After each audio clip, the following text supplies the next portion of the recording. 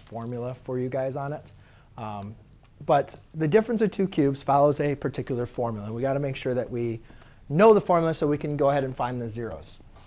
So when you have a cube term minus another cube term, and I know I kind of already did this, but I'm just going to go back through it again. The factored form of that is a minus b times a squared plus ab, plus b squared. OK, and you guys are just going to want these, write these down. These would be great to be added onto your study sheet or your cheat sheet, right? And therefore, if we have a sum of two cubes, that can actually be factored as well into a plus b times a squared minus ab plus b squared. OK, and once you actually guys do a couple of these problems, you realize, I mean, it's not as bad. But the important thing to understand is if we have a cubed, we need to figure out what a is, right? If we have b cubed, we need to figure out what b is. So a and b are just the cube root of these two values, correct? So if I'm looking at here and I want to find the zeros, I know I need to take the cube root of x cubed, which is just going to be, cube root of x cubed is x. And the cube root of 8 is going to be 2. Then I have x squared minus 2 times x, or I'm sorry, that's plus. 2 times x, which is 2x, plus 2 squared, which is 4. All right. Now, we want to see, can we factor this down any further?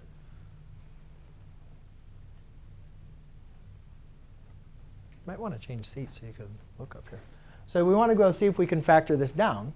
And we know we can't factor this down. All right? It's not infactorable. So the best thing we want to do is look into the quadratic formula to be able to solve this. We can already set this one equal to 0. But now we need to apply the quadratic formula, which we went over last class period, which was on your quiz, which we know many of you missed over. When it's non-factorable, guys, we can't find the zeros. So we're going to apply the quadratic formula. X equals opposite of b plus or minus square root b squared minus 4 times a times c all over 2a. So therefore, opposite of b is going to be negative 2 plus or minus the square root of b squared minus 4 times 1 times c, which is 4, all over 2 times 1. So by setting this equal to 0, we already know 1, 0 is x equals 2. And then over here, let's just continue to simplify this.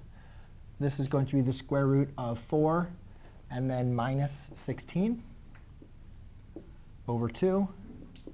X equals negative 2 plus or minus the square root of negative 12. So now we know we have to include I. So we'll have I square root of 12 all over 2. Now, we should understand at least our simplifying radicals. Square root of 12 can be broken down into square root of 4 times 3, which can be broken down into the square root of 4 times the square root of 3. Square root of 4 is 2. So we could rewrite that square root of 12 as 2 radical 3. That's important because negative 2 plus or minus 2i square root of 3 over 2. Now, ladies and gentlemen, we can divide the 2 into both of those expressions and get x equals negative 1 plus or minus I square root of 3.